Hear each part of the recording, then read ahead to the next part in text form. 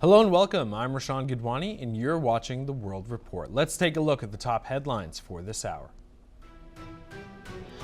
The confirmed death toll in Venezuela's devastating dual earthquakes has risen significantly to 1,943 as rescue teams remove more victims. Brazil's defense minister is deploying to Caracas to directly accelerate and coordinate emergency aid operations. Jordanian first responders excavated a 3-year-old child alive from crushed structural debris several days after the initial disaster. Medical professionals on site stabilized the child before rushing him to a nearby surgical unit. Mexican army responders extracted a 9-year-old boy alive from a collapsed residential building in Caracas. Multiple transnational urban search and rescue squads continue working round-the-clock shifts to locate deeply trapped disaster survivors. A striking deep red sky coated the Caracas horizon as the sun set over the disaster-stricken Venezuelan capital. Atmospheric experts attribute the intense colored phenomenon to thick particulate dust and smoke plumes generated by collapsed infrastructure. The EU monitor declares global oceans broke the all-time June temperature high as heat waves sweep Western Europe. The rising frequency and extreme intensity of the continental heat dome now pose a severe operational threat to the upcoming Tour de France. Violent, volatile weather breaks the intense continental heat wave, killing at least 2 individuals in Romania and Austria. The instability triggered torrential downpours, extreme flash floods, and massive tree collapses across rural townships. At least 2 civilian fatalities are confirmed as dried forest landscapes combust amid sweltering Greek temperature highs. Soaring gale force winds complicate aerial waterbombing missions as emergency services evacuate multiple outlying villages. A foreign container vessel ran aground in the shallow waters of the strategic Strait of Hormuz. Iranian authorities report the captain deliberately strayed outside the nation's designated corridor and route of authority. First things first, the humanitarian crisis in Venezuela continues to intensify as officials confirm the death toll from last week's devastating twin earthquakes has now risen to 1,943. 8 days after the 7.2 and 7.5 magnitude tremors struck the nation's northern coast, search and rescue operations remain underway, though authorities warn that the window for finding survivors has largely passed, with over 10,500 people reported injured and thousands displaced from their homes. In a significant diplomatic development, Brazilian Defense Minister José Múcio Monteiro arrived in Caracas. During his visit, Monteiro met with Venezuelan leadership to coordinate long-term reconstruction strategies and expedite the delivery of critical humanitarian aid.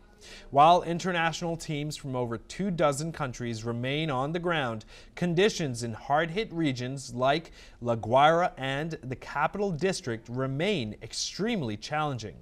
The aftershocks persist and the threat of inclement weather looms.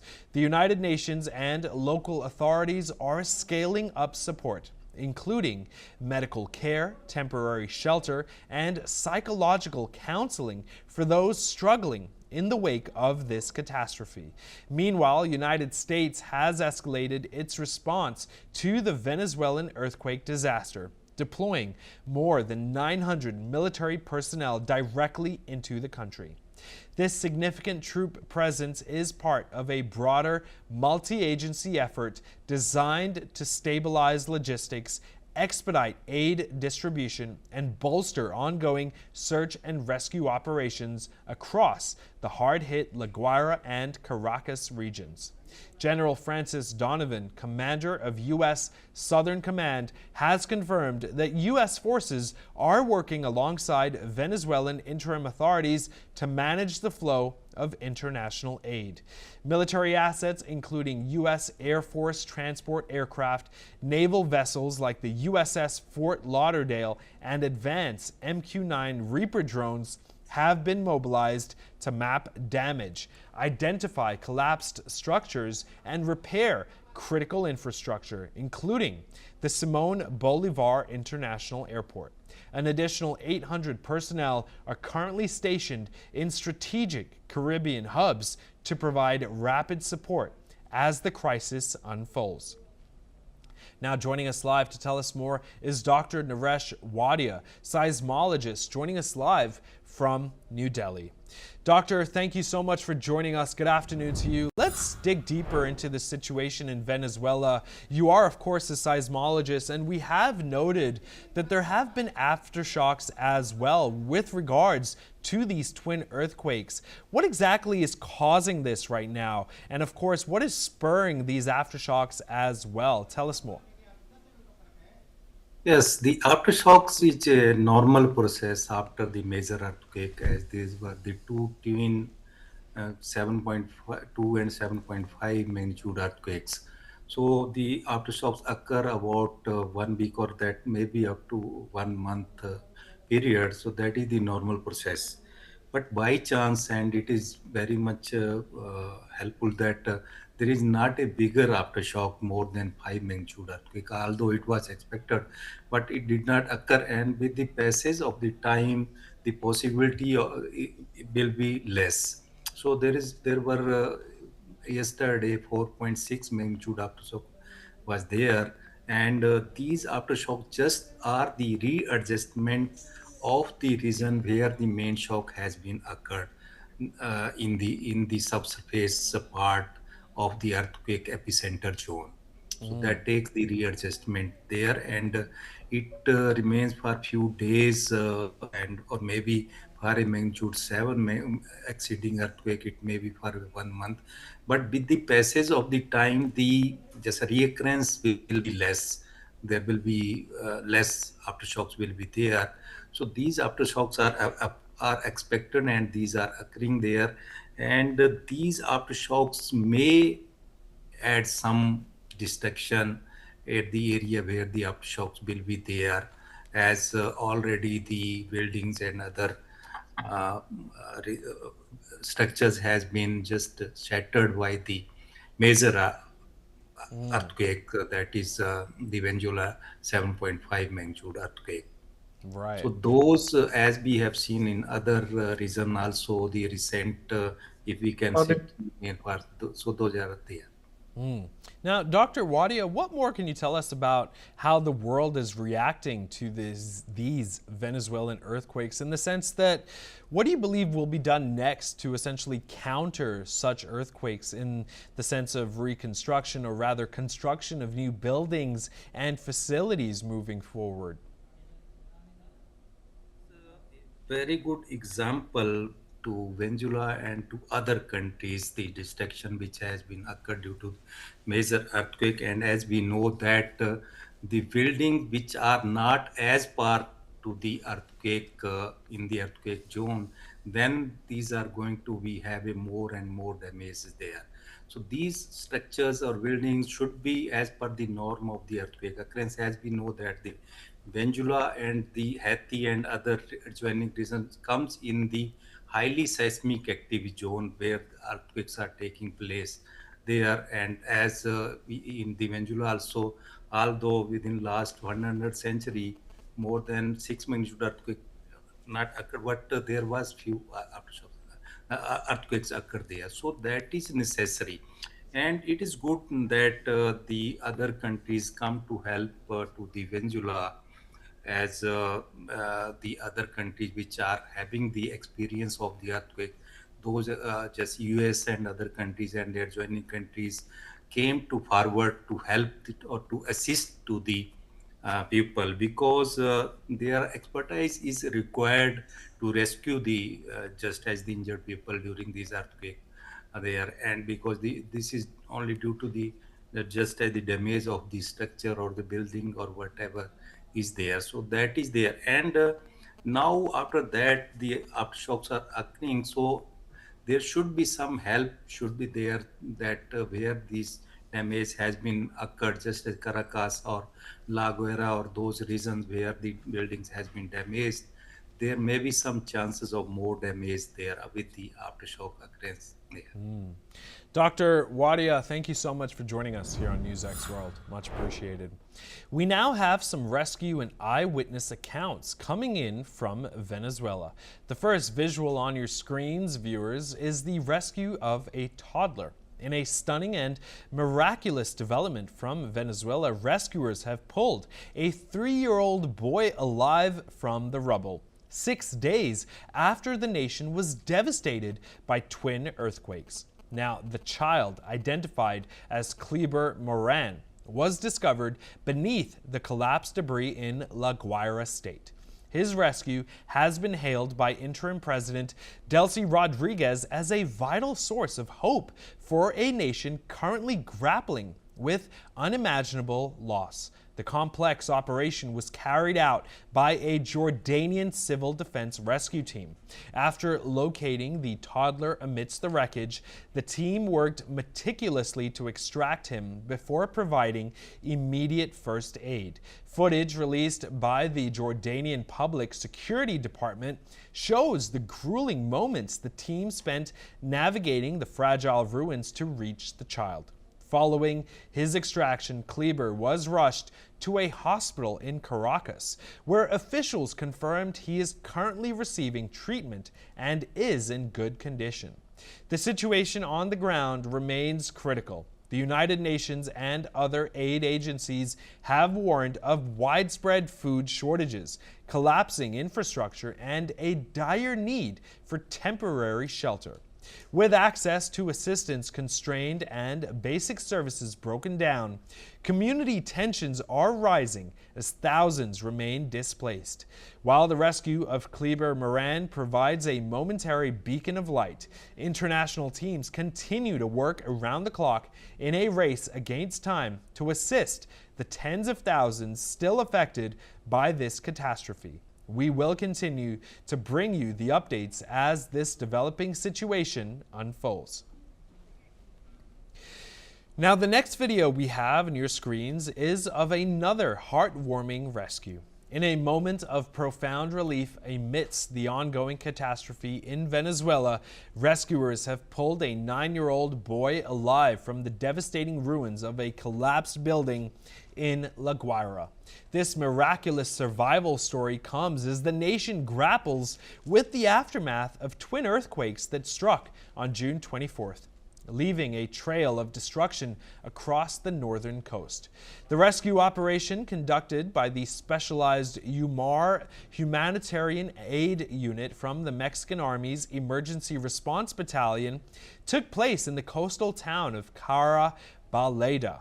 After days of intense searching, rescuers employed highly precise call and listen techniques to pinpoint the child's position under a mountain of unstable concrete. For 6 continuous, heart-stopping hours, the team painstakingly cut through debris, navigating the fragile structure to reach the boy. Identified in reports only as Rodriguez, the young survivor was carried out on a stretcher and immediately transferred to medical personnel for urgent care. His extraction has provided a critical glimmer of hope, as official fatalities from the disaster have now risen to 1,943, with over 10,500 individuals reported injured. As international relief teams from over a dozen countries continue their grueling search efforts, the situation remains dire. The final visual on your screens is a striking one, a reminder of the raw power of nature. Residents across Caracas experienced a striking and alarming sight on the evening of June 30th as the sky transformed into an intense, blood red hue, occurring just 6 days after the nation was devastated by twin earthquakes. The phenomenon quickly flooded social media with speculation ranging from supernatural warnings to theories about secret weapons. However, scientists are urging calm, confirming the site was an atmospheric event rather than a sign of coming disaster.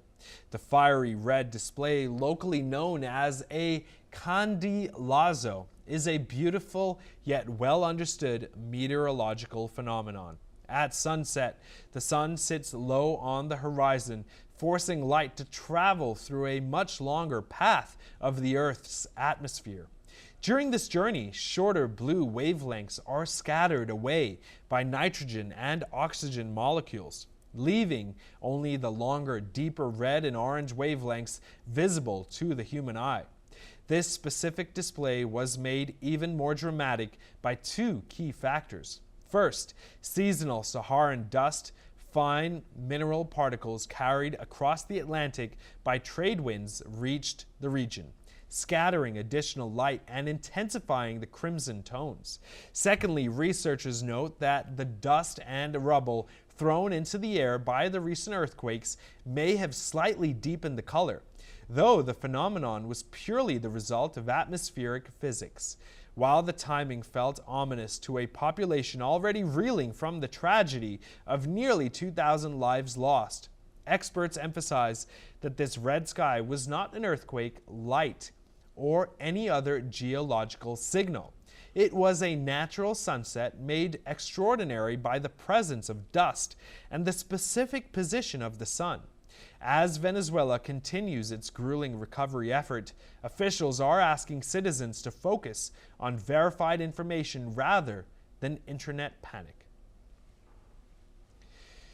Next up, the heat wave across Europe continues to grow serious. In Spain, the Carlos III Health Institute reports more than 1,000 excess deaths linked to the extreme heat wave that has gripped the country throughout June. Health authorities attribute this spike to the intense, prolonged temperatures that push the national average well above seasonal norms, significantly impacting vulnerable populations. Simultaneously, the European Union's Copernicus monitor has confirmed that the world's oceans reached their highest June temperatures on record. With a global average sea surface temperature of nearly 21 degrees Celsius, climate experts warn that this surge, driven by long-term warming and emerging weather patterns, threatens marine ecosystems and accelerates risks for extreme weather globally. Meanwhile, the sporting world is also under stress. The Tour de France is currently navigating record-breaking heat, with rising temperatures and humidity levels raising concerns over rider safety. Cycling's governing body, the UCI, has activated its high-temperature protocols, granting officials the authority to shorten stages or adjust schedules to mitigate the risks of heat-related exhaustion. Now, joining us live to tell us more is Vibhuti Rai, environmentalist, joining us live from Lucknow in India. Mr. Rai, thank you so much for joining us. Good afternoon to you. And of course, we do welcome you here so much on NewsX World. Let's dive right into this with regards to what we're seeing with regards to these heat-related June deaths. Is this a phenomenon that can continue on? And what are the factors that have been leading towards this? Will this be a pattern and trend that continues post-2026? Tell us more. Well, what I could observe that after 2022, this year the spike of temperature has gone way high, and that has created almost a havoc in the European part. Mostly Europe is having 30-35 degrees Celsius in this season, but this time for the last 1 week or 10 days, we have been observing, especially in Spain, in Britain, in France, the temperature is way high. So this is not a regular phenomena. This is a kind of oddity. And this is perhaps related to the climate change and global warming. We have the impact of El Nino in the southern hemisphere, but part of northern hemisphere, in fact, part of Europe, which is close to equator, is also having very high temperatures. And we have seen almost 200 people have died because of various reasons. They have fallen from, they have drowned in the rivers because of the heat. And these areas are not actually, the people are not accomplished with the idea of such high temperatures, unlike Asia, unlike India, where the temperature can go beyond 50 degrees Celsius or more. And for that, we are well equipped. We have desert coolers, we have air conditioning all across the country, and that's how we could cope it up. But these equipments are normally not required in Europe, so they don't have it.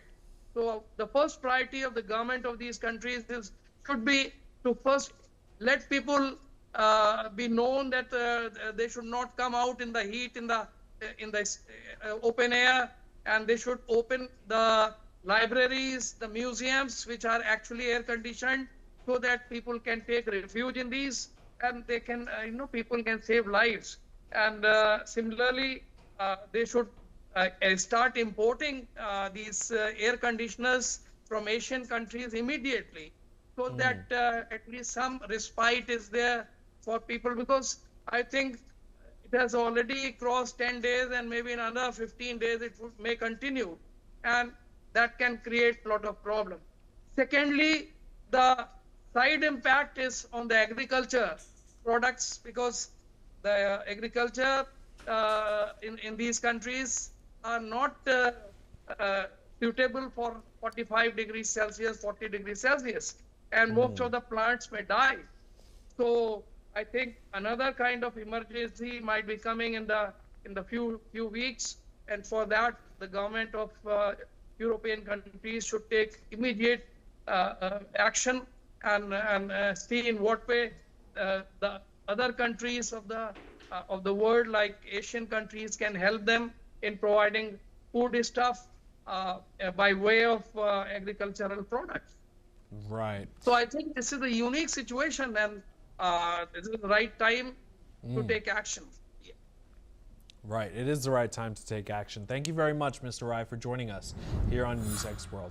Now, storms that followed an intense European heat wave have killed one person in Romania and another in Austria. Storms lashed parts of Romania, including Bucharest, overnight on, flooding basements and homes and tearing down trees. Emergency crews were seen clearing branches from cars as residents waded through waist-high water. In Ganasa, a person was found dead inside a car struck by a falling tree. In Austria, storms have caused landslides in Tyrol province. In Upper Austria's Perg district, a 26-year-old man died after a storm-damaged branch fell and struck him. The storms followed a severe heat wave that lasted more than a week and broke temperature records across Europe. Here are some reactions from the locals. Well, I'm sweating quite a lot, and it is very tiring, I think, going about the city during such extreme heat, especially when you go on the large boulevards where you don't have a lot of shadows to cool you off. I guess it's better during while I travel with the underground, because it's a lot cooler there, and yeah, it's very uncomfortable with such great heat, with the sweating. And next up, 2 people, including a 12-year-old child, have been killed after a wildfire tore through a residential area near Thessaloniki, northern Greece. The child was found inside a house in the Derveni area of Orio Castro, near where rescue teams had earlier recovered the body of an adult man. The child's mother survived the fire with injuries. However, her husband and son had remained inside the house. The residence was completely destroyed by the flames. The wildfire erupted in the Derveni area northwest of Thessaloniki and spread rapidly through forest and scrubland, fueled by high temperatures, dry conditions, and strong winds. Firefighting aircraft and dozens of firefighters were deployed to prevent the blaze from reaching more homes. Civil protection authorities issued emergency alerts urging nearby residents to remain vigilant or evacuate as crews worked to bring the fire under control. Next up, tensions remain high in the Strait of Hormuz as reportedly a foreign container ship has run aground after venturing outside the shipping routes designated by Iranian authorities. Report says that Iran is using this incident to assert its control over the strait, an international waterway that historically carries a significant portion of the world's oil and gas.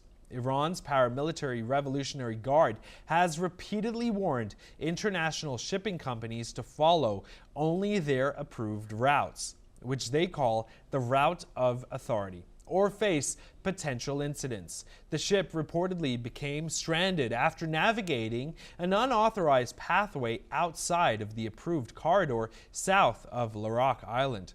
According to reports, the extent of damage to the vessel remains unclear at this time.